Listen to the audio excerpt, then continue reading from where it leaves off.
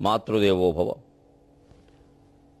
ఒడిలో వండిన వేళ ఒడిలో కూర్చొనియుండ నీవు మమతాయోగము పాటించి, అమ్మా నీ ఒడిలో కూర్చొనియుండ నీవు మమతాయోగము పాటించి, ప్రేముడిమై దేహమునెల్ల తాకునప్పుడు ప్రేముడిమై దేహమునెల్ల తాకునప్పుడు, ఏమో గాఢ సంరక్షలో గుడిలో దీపము ఓలెనుంటిని, ఏమో గాఢ సంరక్షలో గుడిలో దీపము ఓలెనుంటిని, ఇప్పుడీ క్రూర ప్రపంచంబులో అడుగుల్ మోపుటకే భయం బగునే, ఇప్పుడీ క్రూర ప్రపంచంబులో అడుగుల్ మోపుటకే భయం బగునే.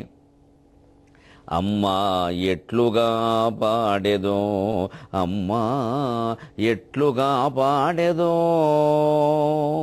ఏబిఎన్ ఆంధ్రజ్యోతి ప్రేక్షక మహాశయులందరికీ నవజీవన వేదం అనే కార్యక్రమంలో 129వ భాగానికి స్వాగతం పలుకుతాం. పరమాత్మ 9వ అధ్యాయం ముగింపుకు వస్తూ సర్వసమర్పణ భావాన్ని గురించి నొక్కి చెబుతున్నాడు.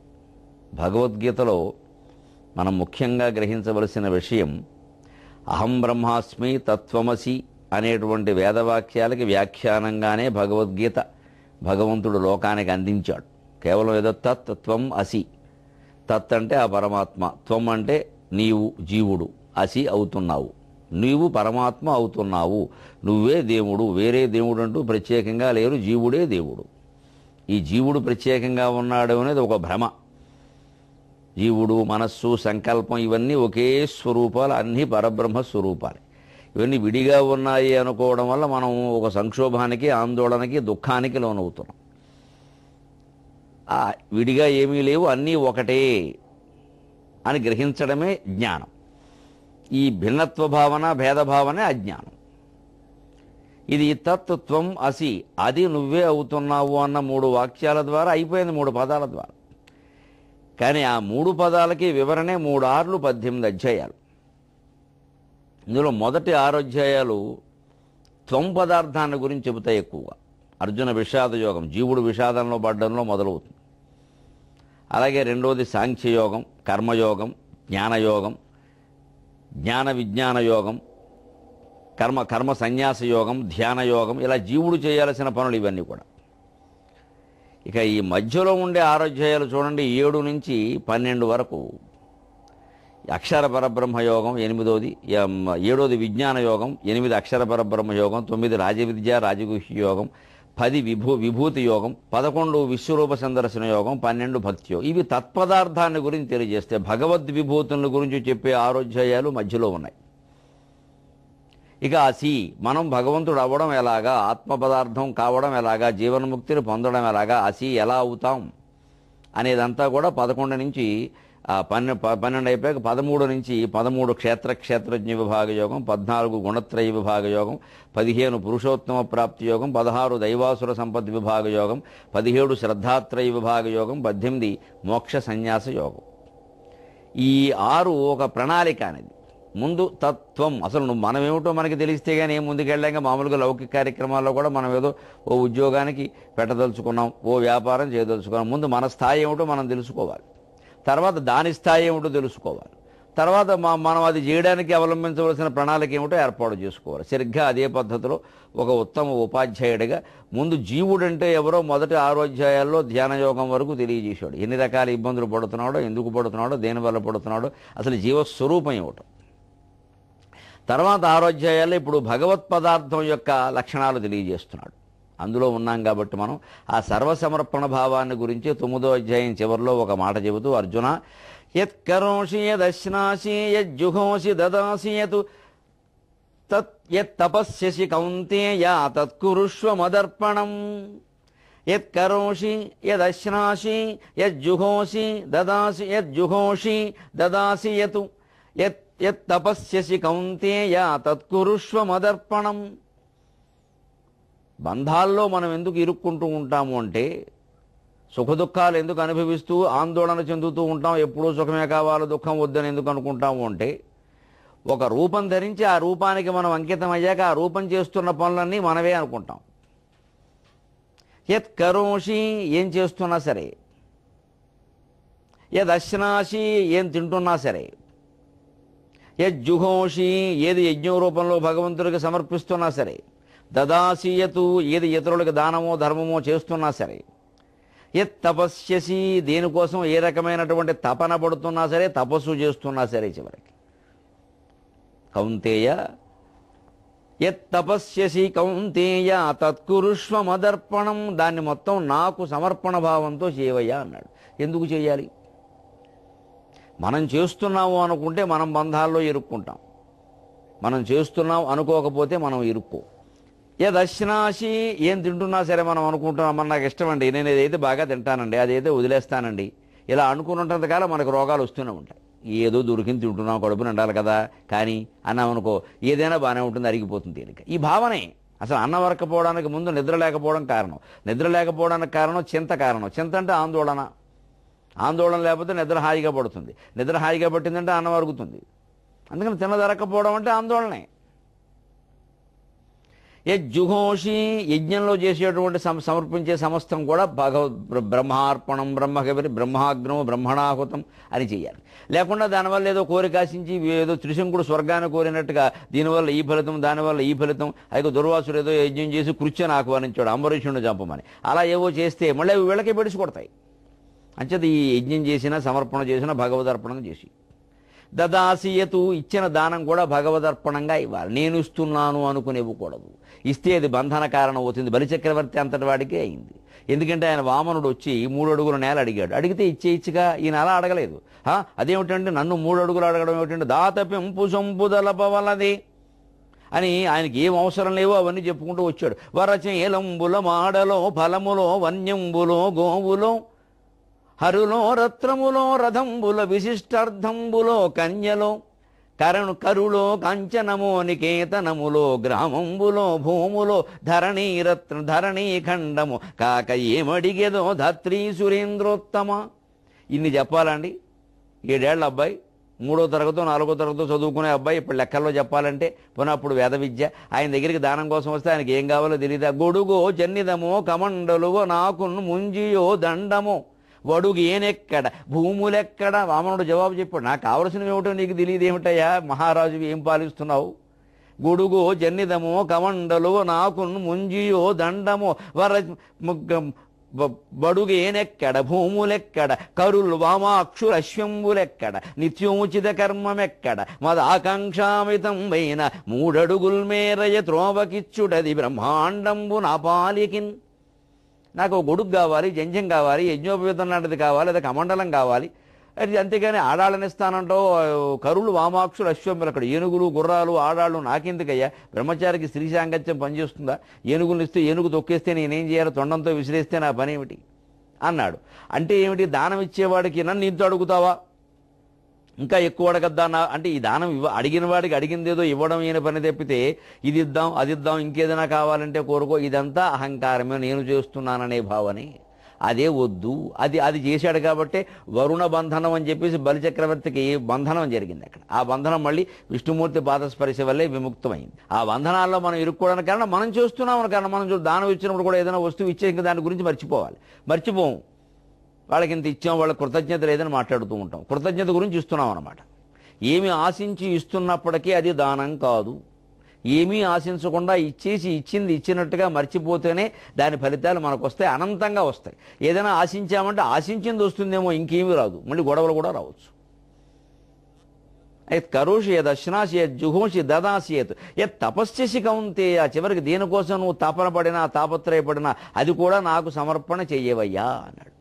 ఈ సర్వసమర్పణ భావమే మనని ఆందోళన నుంచి విముక్తులను చేసి ఆనందంగా ఉంచుతుంది. అంటే ఏం పని చేసాం, ఉద్యోగం చేసాం, మంచిది, జీతం వచ్చింది, కవర్ తీసుకుంటున్నాం, పరమేశ్వరార్పణం అంతే. ఓ కార్యక్రమం చేసాం, సంభావన ఇచ్చారు, పరమేశ్వరార్పణం.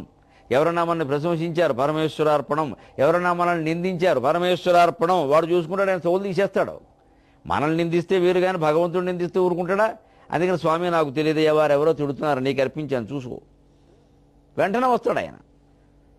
ఇది మనం నేర్చుకోవాలి. నవజీవన వేదంలో 129వ భాగంలో 2వ భాగానికి స్వాగతం. ఈ ప్రత్యేక స్వాగతం చెప్పడంలో ఉద్దేశం మీకు అందరికీ తెలుసున్నదే. ఈ రోజు నుంచి మనం కొత్త శతకం ప్రారంభించుకోబోతున్నాం. భర్తృహరి సుభాషితాల్లో నీతి శతకాన్ని సుమారుగా చాలా ముఖ్యమైన పద్యాలు అన్నింటితో మనం ముగించుకున్నాం. భాస్కర శతకంలో కూడా సుమారుగా నవజీవనానికి అవసరమైనటువంటి అన్ని పద్యాలు సుమారుగా చెప్పుకున్నాం. 128 భాగాల్లో 2 శతకాలు పూర్తి చేశాము అంటే 60-70% పైన పూర్తి చేసినట్టే పద్యాలండి.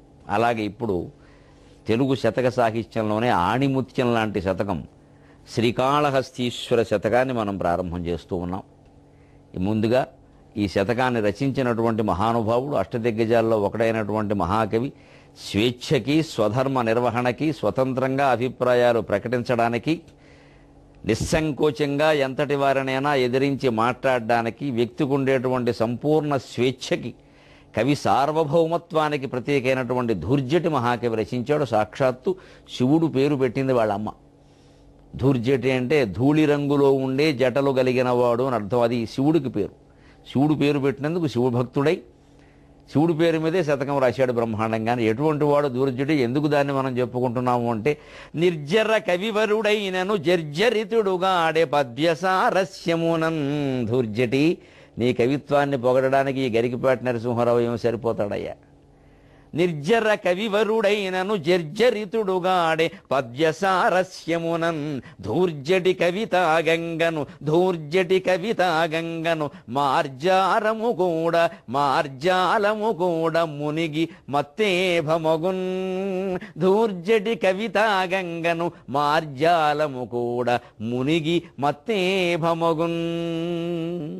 ధూర్జటి కవిత్వం ఎలాంటిది అంటే, ఈ కవిత్వం అనే గంగలో పొరపాటుని పిల్లి మునిగితే ఏనుగే తేలుతుంది. జీవితంలో అంత ధైర్యాన్ని ఇస్తుందండి ఈ శతకం.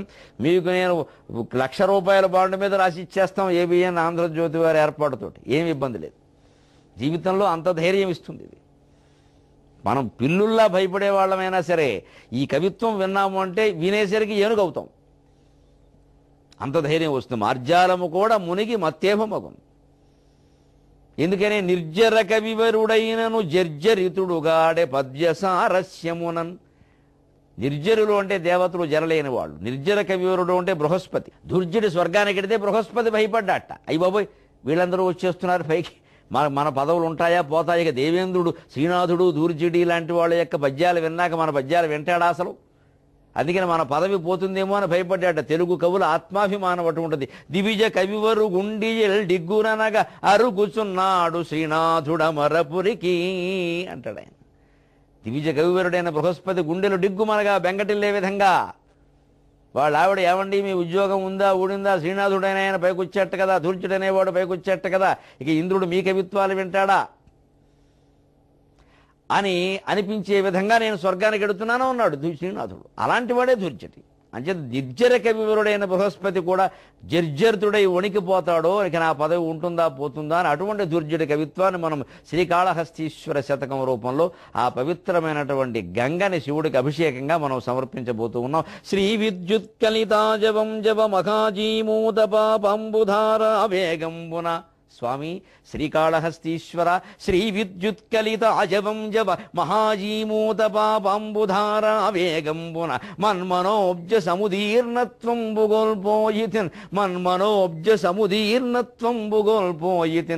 దేవా దేవా నీ కరుణా శరత్సమయము ఎంతే జాలు. దేవా నీ కరుణా శరత్సమయమెంతే జాలు. చిద్భావనా సేవన్ తామరతం పరైములచెదన్.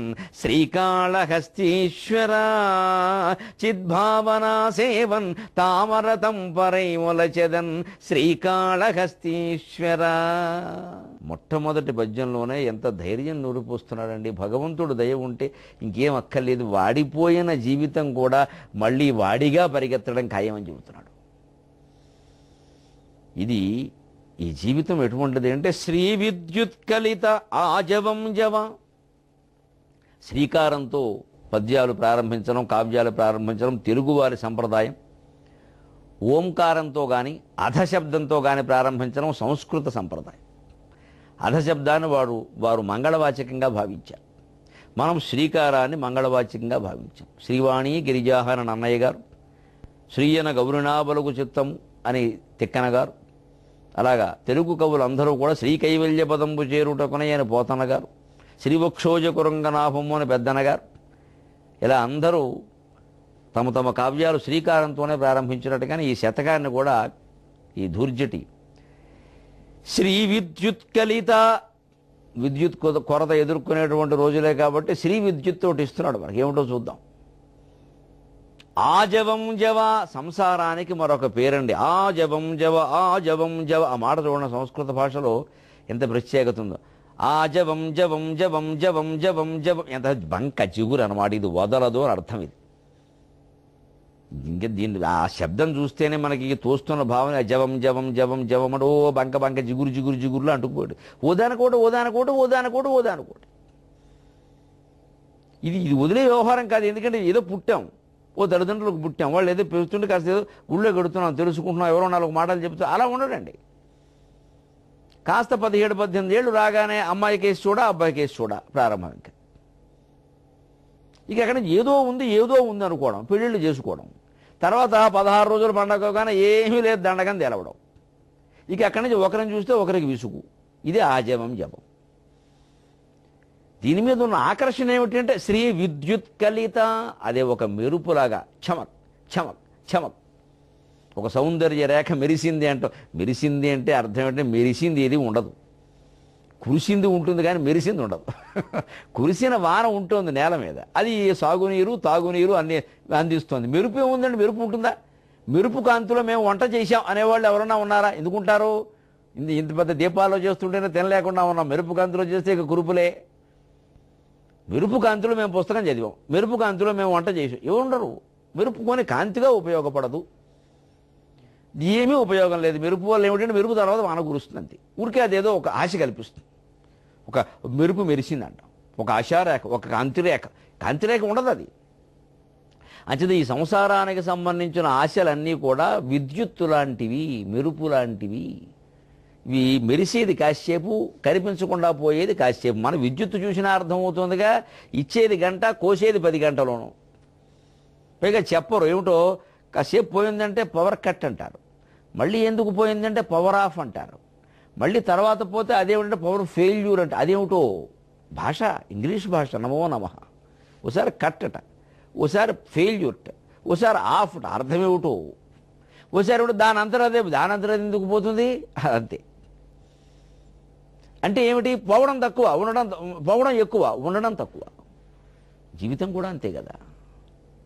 శ్రీ విద్యుత్ కలితాజవం జవం. ఇది మరి ఆజవం జవం అసలు ఇంత బంకలా, ఇంత జిగురులా, ఇంతలా తుక్కుపోయింది ఎందువల్ల? ఇంత ఊబిలో మనం కూరుకుపోయాం తెలుసుండు కూడా. శ్రీ విద్యుత్ కలితాజవం జవ మహాజీమూత పాపంబుధారా వేగంబున మన్మనోబ్జ సముదీర్ణత్వంబు గోల్పోయితిన్ దేవా నీ కరుణా శరత్సమయమింతే జాలు చిద్భావనా సేవన్ తామరతం పరైమనియదన్ శ్రీకాళహస్తీశ్వర. ఈ ధనమనే ఆకర్షణ వల్ల, శ్రీ విద్యుత్ అనేక రకాల మాయలు మోహాల వల్ల ఈ సంసారంలో పడ్డానయ్యా. ఇది మహాజీమూత పాపంబుధారావేగంబున. విద్యుత్ తర్వాత వచ్చేది మేఘమేఘం. మరి మేఘం మెరిసిన తర్వాతే కదా కురిసేది. ముందు మెరుపు, తర్వాత ఉరుము, తర్వాత కురవడం. అంతా ఉరుము ఇంతేనా కురిసేదంటారు. అందుకే అప్పుడు మహాపాపాంబుధారావేగం. కురిసింది నీళ్లు కాదయ్యా, పాపాలే వర్షించింది ఈ జీవితం అన్నారు. అంటే ఈ జీవితాన్నిలో ఆశలు తీర్చుకోవడం కోసం, కోరికలు తీర్చుకోవడం కోసం ఎన్ని పాపాలు చేస్తున్నామండి, ఎంతమంది కొంపలు అర్పిస్తున్నామండి. పక్కవాడు ఏమైపోతే మనకేమి అనే ధోరణితో మనం వ్యవహరించే వ్యవహారాలు లోకంలో ఎన్ని ఉన్నాయండి, రోజు ఎన్ని ఉన్నాయండి. వాళ్ళు ఏమైపోతే మనకు ముఖ్యం. రైల్లో కూర్చోవడం దగ్గర నుంచి ఇంతే. పోని వాళ్ళు ఏదో కూర్చుందుకు చోటిద్దామని మనమే ముందు అడ్డంగా కాళ్ళు చెప్పేసి మనం ముందు పడుకోవడమే బెర్త రాగానే. మరి కూర్చోవలసిన వాళ్ళు ఏమవ్వాలంటే కుదరదు అంతే. మన సామాన్లు ముందు ఎక్కడో పెట్టాం, మళ్ళీ అవతల వాళ్ళు కూడా పెట్టుకోవాలి కదా. ఉన్నదాంట్లో సర్దుకోండి, లేదా మానేయండి. అంటే మనదే ఎంతసేపు? ఇక్కడ మనం 6 కూర్చోవాలి, 6 సామాన్లు ఇక్కడ ఉంటాయి కాబట్టి దాని కింద దీని కింద మొత్తం 6 సామాన్లు పట్టాలంటే మనం కాస్త సర్దుకోవాలి. అసలు పట్టుకెళ్ళేటప్పుడే కొన్ని తక్కువ పట్టుకెళ్ళాలి అని మనం అనుకోండి. మనకు అవసరం మానేస్తాం ఏంటి? 4 పెట్టవే, 4 మామిడి పళ్ళ బొట్టలో. ఈ మామిడి పళ్ళ బొట్టలు లేకపోతే ఆ సామాన్ అక్కడ అంత ఉండదు. మన స్వార్థం మనది. ఇదే మహాజీమూత పాపాంబుధార, పెద్ద విషయాలు చెప్పుకోకల, చాలా విషయాల్లో మనం స్వార్థంతోనే వ్యవహరిస్తాం. అందరం ఇళ్లలో ఇన్వర్టర్లు పెట్టుకున్నాం, వీలైనంత కరెంటు లాగేసి మనం ఇంట్లో నిల్వ చేసుకుంటున్నాం. అసలు వాళ్ళకి కరెంటు ఉండలేదు. పేదవాళ్ళ కొంపలకి అర్థం పల్లెటూళ్ళలో కరెంటు ఎన్ని గంటలు తీసేస్తున్నాడో ఇక తెలియదు అంతే. ఆ రైతులు కూడా ఎప్పుడో అర్ధరాత్రి అయితే షాక్ కొట్టి ప్రాణాలు పోయిన వాళ్ళు ఎంతమంది ఉన్నారు. ఇది స్వార్థంగా ఈ మహత్త జీవితం కోసం చేసే పాపాలనేటువంటి వర్షపు ధారలో పడి మనోబ్జ సముదీర్ణత్వంబు గోల్పోయిత, నా మనస్సు అనే పద్మం ఆ ప్రకాశాన్ని, కాంతిని, ఆ తేజస్సును కోల్పోయిందయ్యా, ఆ సున్నితత్వాన్ని కోల్పోయిందయ్యా, బండ మనిషిని అయిపోయానయ్యా.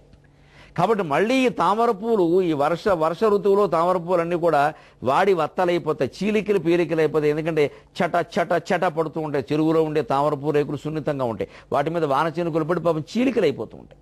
మళ్ళీ ఆ తామర పూలు వృద్ధి చెందాలంటే శరదృతువు రావాలి. అందుకే భగవంతుడు వర్ష ఋతువు తర్వాత శరదృతువు పెట్టాడు. ఆషాఢం, శ్రావణ, భాద్రపదాలు వర్ష ఋతువు అయితే ఆశ్వీజ, కార్తీకాలు శరదృతువు. వెంటనే అమ్మవారి యొక్క పూజ దసరా. అందుకని నీక దేవా నీ కరుణా శరత్సమయం ఇంతే చాలు, భగవంతుడా నీ దయ అనేటువంటి శరదృతు కిరణాలని, వెన్నెల కిరణాలని ప్రసరింపజేయవయ్యా. ఎంత ప్రసరింపజేయాలి? ఇంతే చాలు, ఇంతే చాలు. ఏదైనా పర్వాలా ప్రయోగం, ఎంతున్నా చాలు, ఎంతే చాలు అంటే, ఇంతే చాలు అంటే ఇంతయే చాలు. అంచేది ఎంతైనా సరే భగవంతుడి యొక్క కరుణ కేజీలు అవసరం లేదు. కేవలం అపాంగ అత్తే లబ్ధ్వా జగదిదమనంగో విజయతే అంటారు శంకరాచార్య స్వామి సౌందర్య లహరిలో. ఏదో నీ కంటి కొసల నుంచి ఒక కటాక్ష లేశం, ఆ లవలేశం ఒక్కటి పొంది మన్మధుడు ఈ ప్రపంచాన్ని మొత్తం జయిస్తున్నాడమ్మా అన్నాడు. అంచేది ఆ లవలేశపు కరుణ చాలు. అమ్మవారి కరుణ ఓ తట్టా ఓ బుట్టా కాదు, ఊరికే ఓ చీటికి ఓ చిన్నది, చిన్న మెత్తు చాలు, అంతకంటే ఏమక్కర్లేదు దానికి. అంచేది ఎంతే చాలు. చిద్భావనా సేవన్, చిత్ అంటే జ్ఞానమయం, చిత్ అంటే జ్ఞానం, సత్ అంటే ఉన్నది, చిత్ అంటే జ్ఞానము, ఆనందం అంటే ఆనందమే ఉన్నది. అంటే భగవంతుడు ఉన్నాడు, జ్ఞానమయమే ఉన్నాడు, ఆనందమయమే ఉన్నాడు. ఇదే సత్, చిత్, ఆనందం. అంచేది చిద్భావనా సేవన, ఆ జ్ఞానమయంతో, జ్ఞానంతో భగవంతుడిని సేవించాలి. మనం ఏదో వస్తువులతో సేవిద్దాం, ఏదో రకరకాల ఆచార సంప్రదాయాలతో సేవిద్దాం. ఆయనకి ఆ పండు ఇష్టంట, ఈ పండు పనికిరాదుట, ఆయనకి సోమవారం ఇష్టంట, మంగళవారం పనికిరాదుట, ఈ ఊరికే పిచ్చి నమ్మకాల్లో పడి కొట్టుకోకుండా ఒక వారం ఇష్టమై ఒక వారం ఇష్టం కాకపోతే ఆయన దేవుడు అవుతాడా? మనం ఏదో రకరకాల దేవతల గుళ్ళన్నీ దర్శించడం కోసం, అన్ని ఆచారాలు పాటించడం కోసం కొన్ని పెట్టారు. అది అంతవరకే, ఆ నిబంధన వరకే అని గ్రహించుకుని పాటించుకోవాలి అంతే, అందుకోసం. అంతేగాని మంగళవారం శివుడి గుళ్ళో కడితే దోషంగా, ఇప్పుడు అదో జాతి తయారైంది. ఎక్కడైనా మంగళవారం శివుడు ఇవ్వాడు, మంగళవారం వెళ్ళినప్పుడు శివుడి గుళ్ళోకి సోమవారం కదా, ఇదో అజ్ఞానం బయలుదేరింది బాగా. అసలు సోమవారం శివుడి గుళ్ళోకి వెళ్ళాలనేది ఒక అజ్ఞానం అయితే, సోమవారం తప్పితే మిగిలిన రోజుల్లో వెళ్ళకూడదనేది భయంకరమైన అజ్ఞానం. ఏ రోజునైనా వెళ్ళొచ్చు గుళ్ళోకి, వారు తీసి పెట్టాలి తప్పితే ఎప్పుడైనా వెళ్ళొచ్చు. అమావాస్య నాడు కూడా వెళ్ళి అందరి దేవతలను దర్శించుకోవచ్చు. దీనికి ఏమీ నిబంధనలు లేవు. ఇవన్నీ మనం పుట్టించుకున్నవే, మనకి ఇష్టాయిష్టాలు ఉన్నాయి కాబట్టి దేవతలకు మనం పెట్టేశాం. ఆంజనేయ స్వామికి తమలపాకులు ఇష్టం, నాకు ఎప్పటికీ అర్థం కాని విషయం అది. తమలపాకులు శృంగారానికి ప్రత్యేక, ఆంజనేయ స్వామి ఇష్టపడే సమస్య లేదు. ఎందుకు ఇష్టం అవుతాయి? ఏ పురాణంలో ఉంది, ఏ కావ్యంలో ఉంది, ఏ శాస్త్రంలో ఉంది? ఏం లేదు, ఎవరికో తోచింది పెట్టారంతే నడుస్తుంది కదా. ఎందుకంటే అందరికీ ఉన్న ఆకులు ఆయనకే ఉంటే, ఆయన ఆంజనేయ స్వామి ప్రత్యేక దేవుణ్ణి పెట్టాక ప్రత్యేకమైన ఆకు, ప్రత్యేకమైన జెండా, ప్రత్యేకమైన ప్రసాదం, ప్రత్యేకమైన రోజు అన్నీ ఉండాలి. రాజకీయ పార్టీలాగే అంటే మనం అలా చేసేసుకున్నాం. ఇప్పుడు ఈ ఊబిలో కూరుకున్నాం మనం, రాజకీయ పార్టీలు ఊబుల్లాగే దేవుళ్ళ ఊబిలో కూరుకున్నాం మనం. ఆ దేవుడికి ఏమిటి, ఈ దేవుడు ఆంజనేయ స్వామి బొమ్మ ఎక్కడ పెట్టాలనేది కూడా అనుమానం వచ్చేస్తుంది చివరికి ఇంట్లో. అది ఆగ్నేయ అంటే ఇది ఈశాన్య అంటే. అందరూ దేవుళ్ళే, అందరూ దేవస్వరూపం, ఎక్కడ పెడితే ఎక్కడ పెట్టినా ఇక్కడ పెట్టడం ముఖ్యం. అంటే ఈ చిద్భావనా సేవ అంటే జ్ఞాన మార్గంలో భగవంతుణ్ణి సేవించాలి. ఇతర మార్గాలన్నీ తక్కువవే, జ్ఞాన మార్గం ఒక్కటే నిజం, ఒక్కటే ఎక్కువ. తామరతం పరైమనియదన్ శ్రీకాళహస్తీశ్వర. అంచేది అలా చేస్తే మళ్ళీ వర్షకాలంలో వర్షపు చినుకుల కారణంగా వాడి వత్తలై చీలికల పేలికలైనటువంటి తామర పూలను మనం శరదృతువులో ఆశ్వీజ, కార్తీక మాసాల్లో చూస్తే హాయిగా చెరువుల్లో మళ్ళీ అలాగ శతపత్ర పద్మాలన్నీ వికసించి ఉంటాయి. ఇంతకుముందు వాడిపోయిన దశ ఏమైందో తెలియదు, జీవితమేనా అంతే, భయపడక్కల. అందుకే మనకి వసంతం, తర్వాత ఆ వసంతానికి కంగారు సంబరపడిపో, గ్రీష్మాన్ని గురించి కంగారు పడకు. ఇప్పుడు ఇటీవల విపరీతమైనటువంటి ఎండలు వస్తే ఏకంగా బడికి సెలవులు తెరిచిన బళ్ళు మళ్ళీ మూసేశారు. కంగారు పడకండి, వెంటనే వర్ష ఋతువు ఉంది. ఆ వర్ష ఋతువులో కొంత మేలు జరుగుతుంది, కొంత కీడు కూడా జరుగుతుంది సహజంగా. మరి కొన్ని గట్టిగా కాస్త వాన కురిస్తే మంచిది, గట్టిగా వాన కురిస్తే తోటలకి ప్రమాదం. అలాగని కంగారు పడకుండా చెరువులో తామర పూలు మళ్ళీ శరదృతువులో వృద్ధి చెందుతాయి.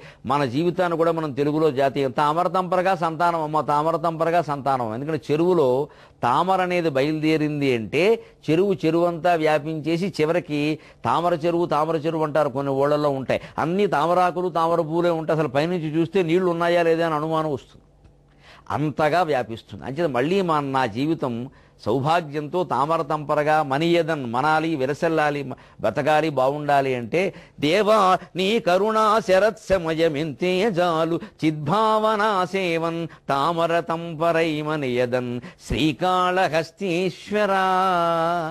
ఈ ప్రత్యేకించి ధూర్జటి ఈ శతకాన్ని కాళహస్తీశ్వరుడికి అంకితంగా రచించాడు.